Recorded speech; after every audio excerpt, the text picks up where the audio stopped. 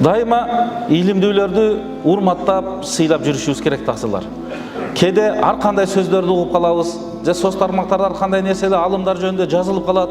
Ошолорго эч бир шериктеш болбош керек. Билбеген нерсени сүйлөбөш керек. Ибн Мубарак айтат: "Ман истахаффа бил уламаи захабат ахиратуху." Ким алымдарды шылдыңдаса, аларга жала жапса, билбестен эле дейт. Алардын акырети күйдү дейт, жок болду дейт.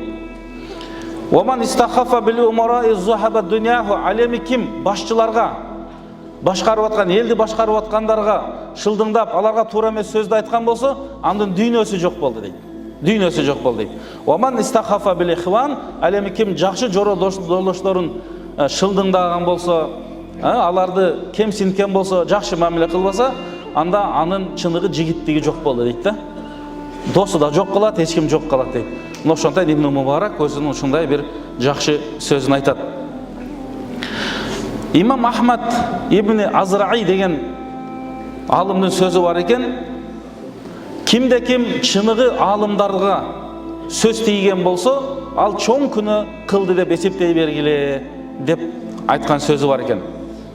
Ал эми Ибн Аббас радиаллаху анхунун сөзү, бул пайгамбарыбыздын эң илимдүү сахабаларынан, айтат экен: "Ман аза факихан факат аза Расулуллах." Ким бир факих алымга зыян берсе, сөзү менен, ушагы менен же башка нерсе менен, ал пайгамбарыбызга зыян берген болот.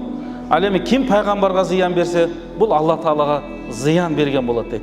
Ошондон жанагындай билип билбестен сүйлөй берген өтө кооптуу болот биздин чындыгында акыретибизге. Ошондон Имам Ахмад өзүнүн сөзүндө айтат экен: "Лухумул уламаи масмума."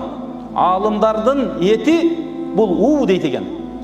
Ким аны жыттаган болсо, ооруп калат, ким жеген болсо өлүп калат дейт экен. Уулуу этти, уулуу нерсени эч кимибиз жебейбиз. Бирок алымдар жөнүндө ушундай жала жабып, же ушактап, же жаман сүйлөп, же билип билбестен эле сүйлөгөн, мына ушундай нерсеге алып барат. Жанагы Ибн Мубарак айткандай, акыретине кыйын болот деген сөз экен.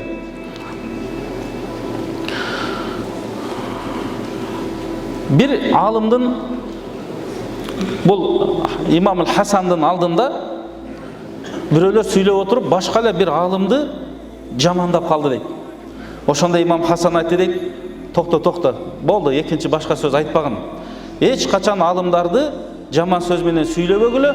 Эгер ошондой кылсаңар, Алла Таала силердин жүрөгүңөрдү өлтүрүп коет" дейт.